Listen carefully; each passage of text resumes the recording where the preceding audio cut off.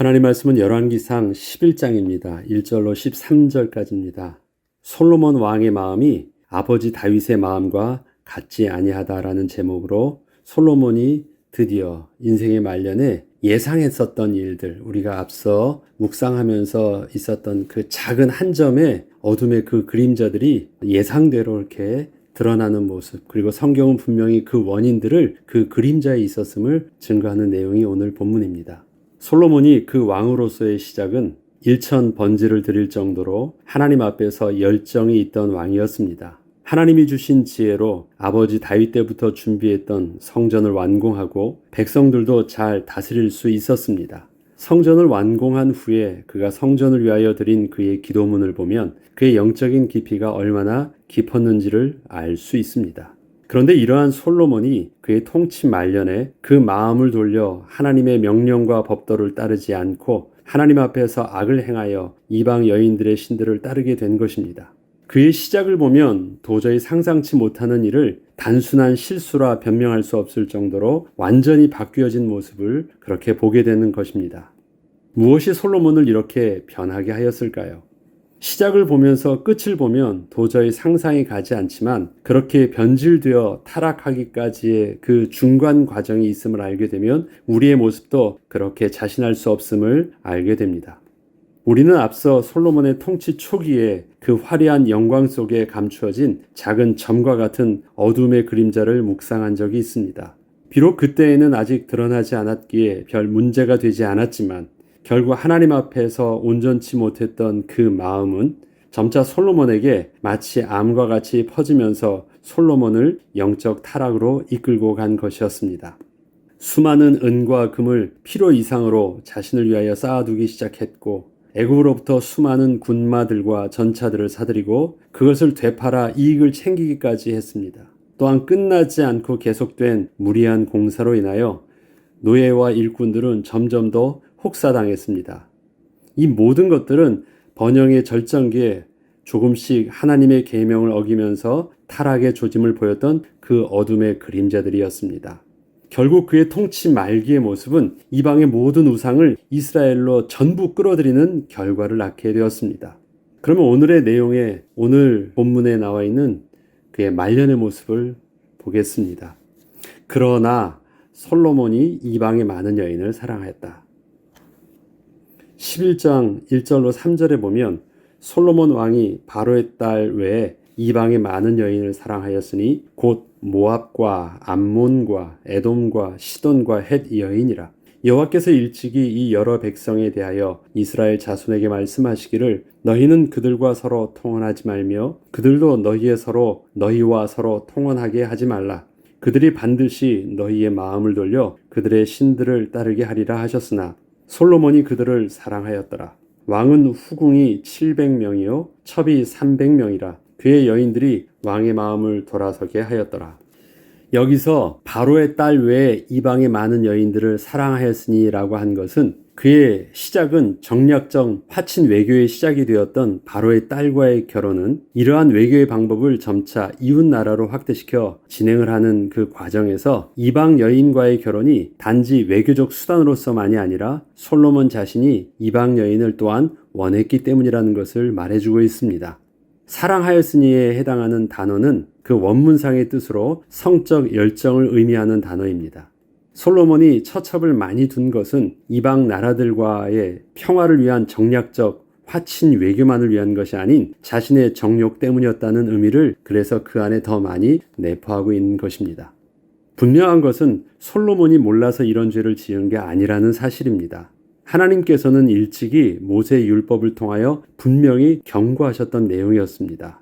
우리가 지난번에도 보았지만 신명기 17장에 보면 왕된 자는 아내를 많이 두어서 그 마음을 미혹되게 말 것이며 이스라엘 백성들에게 모세 오경이라는 것은 그냥 안 보고도 거의 외우다시피 하는 그 율법의 내용입니다. 왕으로서 자기에게 하는 그 말을 왕이 모를 리가 없습니다. 그런데 솔로몬은 그렇게 하고 있는 것입니다. 어렸을 때부터 율법과 말씀을 배웠던 솔로몬이 이러한 하나님의 말씀을 분명 몰랐을 리 없습니다. 솔로몬의 저자인 잠언을 보면 분명히 그의 의식 속에는 자신의 그러한 행동과 마음이 문제가 있음을 분명하게 인식하고 있었던 것입니다. 솔로몬의 잠언이라 시작되는 잠언서입니다. 5장 20절로 23절에는 이러한 내용이 기록되어 있습니다. 내 아들아, 어찌하여 음녀를 연모하겠으며 어찌하여 이방 계집의 가슴을 안겠느냐. 대저 사람의 길은 여호와의 눈앞에 있나니 그가 그 모든 길을 평탄케 하시느니라. 악인은 자기의 악에 걸리며 그 죄의 줄에 매이나니 그는 훈계를 받지 아니함을 인하여 죽겠고 미련함이 많음을 인하여 혼미하게 되느니라. 아버지 솔로몬이 아들 르호보암에게 하는 말입니다. 내 아들아, 어찌하여 음녀를 연모하겠으며. 근데 사실 그렇다면 이것이 아버지가 아들에게 하는 교훈입니까? 그것이 아니에요. 솔로몬은 지금 자기의 후회를 그 아들은 하지 말도록 지금 이렇게 말하는 것입니다. 배경을 보면, 이 내용만 보면 야, 솔로몬이 참 이렇게 말할 정도로 바르게 산 것처럼 보이지만, 그럼 그것이 훈계라 말할 수 있겠지만, 지금 솔로몬의 그의 통치의 모습을 보면 지금 말년에 이 아들에게 잠언서를 기록하는 그의 심정은 나는 정말 실패했어. 너는 절대 그러지 마. 후회에 대한 모습이 바로 이 모습인 것입니다. 이론적으로 아는 것과 그것을 순종함으로 실천하는 것은 참으로 다른 것이었습니다. 솔로몬의 지혜는 모든 것을 깨닫고 이해할 정도의 직관력을 가지고 있었지만 지혜는 생각하게 하는 것 이상은 아니었습니다. 그가 하나님 앞에서 올바르게 순종하는 것은 분명 다른 문제였던 것입니다. 솔로몬의 후궁이 700명이요 첩이 300명이라는 것은 단지 정욕 때문만이 아닌 혼인 동맹을 통해 나라의 안전을 꾀하려는 정략적인 목적도 분명 있었을 것입니다. 솔로몬의 부와 그의 능력을 알고 있던 이웃 나라들이 앞다투어 동맹을 맺고자 딸들을 그렇게 보내왔을 수도 분명히 있을 것입니다. 그러나 하나님의 축복으로 성공한 솔로몬은 오직 하나님만 의지해야 했지만 세상의 왕들과 똑같은 정략적 방법으로 왕권을 유지하려 하므로 하나님의 말씀을 따르지 않았고 또한 자신이 원하는 대로 정욕을 쫓아서 이방 여인을 취함으로 그 여인들이 솔로몬의 마음을 돌이켜 결국은 우상을 숭배하도록 이끌었다는 사실입니다. 자기가 명분을 따지자면, 변명을 하자면 나는 그럴 수밖에 없었다라고 변명할 내용도 왕으로서 있을 것입니다. 그러나 그 속에 정직한 마음은 그것이 다가 아니었다라는 것입니다. 그리고 그러한 정략적인 방법으로 스스로 왕권과 이스라엘을 유지하려고 하고 지키려고 했었던 것 자체가 하나님이 원하시는 방법은 분명 아니었던 것입니다. 왕의 마음이 그의 아버지 마음과 같지 아니하였다. 앞서 우리가 다윗과 솔로몬을 비교할 때 하나님을 향한 열심은 다윗도 있고 솔로몬도 있었지만 한 가지 다른 그 마음의 내용에 한 가지를 제가 말씀드렸던 것이 바로 온전하다라는 표현이었습니다. 그것을 지금 성경은 기록하고 있는 것입니다. 솔로몬의 나이가 많을 때 그의 여인들이 그의 마음을 돌려 다른 신들을 따르게 하였으므로 왕의 마음이 그의 아버지 다윗의 마음과 같지 아니하여 그의 하나님 여호와 앞에 온전하지 못하였으니 솔로몬의 배교 행위는 그의 통치 말년에 본격적으로 드러나기 시작했습니다. 사실 솔로몬이 처음부터 그러지는 않았던 것을 우리는 잘 알고 있습니다. 그러나 아버지 다윗과 같이 온전하지 않았다는 것을 통하여 결국은 온전치 못했던 그 마음이 이렇게 시간이 되자 이렇게 드러나게 되었던 것입니다. 없었던 것이 생긴 것이 아니라 감추어졌던 작은 그 온전치 못한 불순종과 불신앙의 마음이 결국은 커져서 때가 되어 드러나게 된 것입니다. 솔로몬 왕은 설마 이방 여인들로 인해 자신이 이렇게 하나님을 저버리게 될 줄은 사실 꿈에도 몰랐을 것입니다. 처음에는 이 정도는 자신이 가지고 있는 지혜를 통하여 스스로를 충분히 통제할 수 있을 것이라 생각을 했을 것입니다. 자신은 지금 이방 여인을 맞아들이는 아슬아슬한 줄타기를 하고 있지만 자신은 충분히 그 위험성을 알고 있고 이것은 조심히 하면 될 것이라는 생각을 하기도 했을 것입니다. 모르는 바 아니지만 그래도 필요성에 의해서 한다라는 것이겠죠. 그런데 자기는 다 알고 있기 때문에 이 정도는 감당할 수 있을 것이라 시작을 했던 일들일 수도 있습니다. 그러나 그 일은 그렇게 만만한 것이 아니었습니다. 그러나 사단의 종 노릇을 하게 되는 영적 문제는 우리의 지적인 능력을 뛰어넘는 문제입니다. 사람은 누구나 그렇게 처음엔 시작을 합니다. 나는 알기 때문에 저 사람은 몰라서 실패했지만 나는 그 실패를 알고 있기 때문에 나는 이렇게 해도 된다 생각을 해요. 나는 그것을 스스로 통제할 수 있고 조심할 수 있다고 생각을 합니다. 그런데 그것은 영적인 문제를 잘 몰라서 그런 것입니다. 영적인 문제는 인간 스스로 하나님을 거부하여 하나님의 생명에서 떠나 허물과 죄로 죽어있는 상태이기 때문에 아무것도 할 수 없는 무능력의 문제입니다. 무지의 문제가 아닌 것입니다. 나는 모르지 않고 알기 때문에 문제없다고 생각을 하지만 영적인 문제는 몰라서 생기는 무지의 문제가 아니라 내가 하나님의 말씀을 불순종하고 하나님을 떠나게 되면서부터 일어나는 우리의 실존이 바뀌는 문제가 영적인 문제입니다. 다시 말해서 생명의 근원으로부터 우리가 하나님과 떨어지게 되면 우리는 죽은 자가 되는 것입니다. 그러면 그것은 무지의 문제가 아니라 생명이 없는 죽은 자는 무능력의 문제입니다. 아무것도 할 수 없는 것이에요. 죽어있기 때문에 우리는 그렇게 실패하는 것입니다. 우리는 이 사실을 정확하게 알아야 됩니다. 하나님을 떠난 영적인 문제는 생명에서 떠난 죽어있는 상태, 허물과 죄로 죽은 상태의 모습입니다. 우리가 할 수 없는 것은 무능력의 문제입니다. 무능력이란 것은 어떤 것입니까? 내가 지금 사실을 봐요. 알면 알아서도 망하고 모르면 몰라서도 망합니다. 아무것도 할 수 없어요. 알면서도 눈에 보면서 이거 하면 안 되는데 하면서도 그렇게 하고 있는 내 모습을 보게 될 것입니다. 이것이 내가 망하는 일들을 알면서도 보면서 스스로 망하고 있는 것을 보게 될 것입니다. 왜 그렇습니까? 아무것도 할 수 없기 때문에 그렇습니다. 사단의 종노릇 한다는 문제는 바로 하나님의 생명에서 떠난 무능력의 문제입니다. 전적 부패한 상태입니다.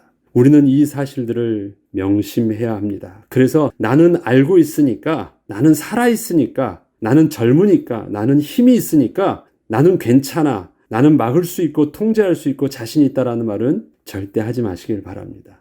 영적 싸움은 나의 육신적인 능력으로 할 수 있는 것이 아닙니다. 사단은 이방 여인들을 통하여 계속해서 조금씩 점차적으로 솔로몬의 마음을 돌림으로 결국에는 솔로몬도 이방의 신들을 따르게 하였던 것입니다. 10번 찍어 안 넘어가는 나무 없듯이 셀 수도 없이 많은 솔로몬의 아내들은 마침내 솔로몬을 그렇게 넘어뜨린 것이었습니다. 그렇다면 이런 것입니다. 솔로몬이 수많은 사람들에게 넘어간 것이기보다는 사실은 솔로몬이 하나님 말씀에 불순종하면서 생명이 떠나면서부터 스스로 그렇게 끌려가게 된 것입니다. 그가 또 그의 이방 여인들을 위하여 다 그와 같이 한지라. 이젠 저들의 마음을 따라준 것 이상으로 이제 그 스스로가 앞장서서 하는 천하의 솔로몬의 모습이 나옵니다. 솔로몬이 지금 그러고 있어요. 이는 시돈 사람의 여신 아스타롯을 따르고 암몬 사람의 가증한 밀곰을 따름이라. 솔로몬이 여호와의 눈앞에서 악을 행하여 그의 아버지 다윗이 여호와를 온전히 따름같이 따르지 아니하고 모압의 가증한 그모스를 위하여 예루살렘 앞 산에 산당을 지었고 또 암몬 자손의 가증한 목록을 위하여 그와 같이 하였으며 그가 또 그의 이방 여인들을 위하여 다 그와 같이 한지라. 그들이 자기 신들에게 분향하며 제사하였더라. 모든 자기 아내들을 위하여서 다 만들어준 거예요. 너도 하나, 너도 하나, 너도 필요해, 알아서 만들어줄게. 너도 하나. 다 그러고 하고 있습니다. 그런데 솔로몬이 그것에 대한 의식이 없어요. 이게 얼마나 심각한지. 지난날에는 다 알고 있던 솔로몬인데 영적으로 완전히 무감각해져 있습니다. 통증을 못 느껴요. 심각성을 못 느껴요. 왜 못 느낍니까? 죽은 자가 되어 있기 때문에. 영적으로 죽은 자가 되어 있기 때문에 그런 것입니다. 오직 하나님의 한 분만을 섬기며 자신이 하나님의 성전까지 그렇게 건축했던 솔로몬이 아내들의 요구에 의해서 그들이 섬기는 우상에게 가서 숭배하는 것도 모자라 국고를 털어 곳곳에 그들 각각이 자신들의 우상을 섬길 수 있도록 이제는 직접 우상의 신전을 지어주게까지 하게 되었습니다. 죄를 가볍게 보고 타협하기 시작했던 그 문제는 자신도 모르는 사이에 이제는 통제 불능의 상태까지 가게 되었던 것입니다. 시작을 보면 도저히 상상할 수 없는 결말처럼 보이지만 하나님의 말씀을 떠나 죄와 조금씩 타협하는 과정을 거치게 되면 충분히 그럴 수 있음을 솔로몬은 깊이 인식하고 있었어야 합니다. 그리고 우리는 그럴 수 있다는 사실들을 우리는 솔로몬의 경우를 통해서 확인하고 경계해야 합니다. 지난날 솔로몬은 스스로 범죄하지 아니하는 사람이 없사오니라는 고백의 기도를 하나님 앞에서 정직하게 드린 적이 있었습니다. 이처럼 그 누구도 자신에게 대해 장담할 수 없는 게 죄의 문제였음에도 불구하고 결국 그는 그러한 죄에 빠지게 된 것입니다. 자기가 고백했던 인간의 실존을 알면서도 스스로 그 죄에 대해서 무지한 자가 돼서 빠지게 된 것입니다. 이처럼 우리도 또한 날마다 하나님의 은혜를 구하는 것을 멈춰서는 안 됩니다. 하나님을 떠나서는 그 누구도 자신할 수 있는 인생은 없기 때문입니다. 여호와께서 일찍이 2번이나 그에게 나타나셨다. 여러분 아시죠? 2번 나타나셔서 경고하셨던 하나님의 말씀을 알 것입니다. 9절과 10절을 보면 솔로몬이 마음을 돌려 이스라엘의 하나님 여호와를 떠남으로 여호와께서 그에게 진노하시니라. 여호와께서 일찍이 2번이나 그에게 나타나시고 이 일에 대하여 명령하사 다른 신을 따르지 말라 하셨으니 그가 여호와의 명령을 지키지 않았으므로. 하나님은 분명하게 아주 확실하게 말씀을 하셨었습니다. 우리는 하나님께서 일찍이 솔로몬에게 성전을 짓기 시작할 때와 성전과 왕궁 건축하기를 마쳤을 때 나타나셔서 하셨던 경고의 말씀을 잘 알고 있습니다. 하나님은 우상숭배에 대한 영적 위험성을 솔로몬에게 2번이나 분명하게 강조하여 말씀하셨지만 결국 그가 여호와의 명령을 불순종했기 때문에 하나님은 이제 그렇게 진노하셨던 것이었습니다. 11절로부터 13절에 보면 하나님의 징계에 대해서 이렇게 기록하고 있습니다. 여호와께서 솔로몬에게 말씀하시되 내게 이러한 일이 있었고 또 내가 내 언약과 내가 내게 명령한 법도를 지키지 아니하였으니 내가 반드시 이 나라를 내게서 빼앗아 내 신하에게 주리라. 그러나 내 아버지 다윗을 위하여 내 세대에는 이 일을 행하지 아니하고 내 아들의 손에서 빼앗으려니와 오직 내가 이 나라를 다 빼앗지 아니하고 내 종 다윗과 내가 택한 예루살렘을 위하여 한 지파를 내 아들에게 주리라 하셨더라. 하나님께서 주신 법도와 규례를 불순종한 솔로몬에게 내려지는 하나님의 징계는 솔로몬이 통치하던 나라가 신하에게 빼앗기게 된다는 것이었습니다. 그래서 나중에 여로보암의 반란을 통해서 2 나라로 갈리게 되죠. 그런데 이 일은 하나님을 충성스럽게 섬겼던 부친 다윗을 생각하여 솔로몬의 때가 아닌 그의 아들이 다스릴 때에 일어날 것이라고 하나님께서 말씀하셨습니다. 솔로몬의 축복의 배경에는 분명 아버지 다윗이 있었습니다. 그가 아버지보다 더 똑똑했고 이스라엘에 더 많은 업적을 남긴 것처럼 보였지만 그러한 모든 축복의 배경에는 아버지 다윗으로 인한 축복 때문이었던 것입니다. 그래서 솔로몬의 영광의 모습은 사실 아버지 다윗의 축복이었습니다. 아버지 다윗의 아들이었으니까 축복이었습니다. 그렇다면 아버지 솔로몬으로 인하여 그의 아들 르호보암은 어떠했을까요? 르호보암을 보면 아버지를 볼 수 있습니다. 솔로몬의 불순종의 징계를 그대로 다 받게 됩니다. 르호보암 때 일어난 사건이었지만 또 이것은 분명 솔로몬의 불순종이었음을 성경은 분명히 증거하고 있는 것입니다. 이처럼 우리의 하나님 앞에서의 온전한 마음이 우리와 우리 후대를 향한 축복의 발판이 되기를 우리는 그래서 기도해야 합니다. 내 때는 아무 문제가 없다고요? 그것이 내가 잘난 것이 아니라 우리 부모님의 기도요. 하나님께서 우리 부모님에게 주셨던 축복이 내가 그 아들로서의 받는 축복이라면 어찌해야 하시겠습니까?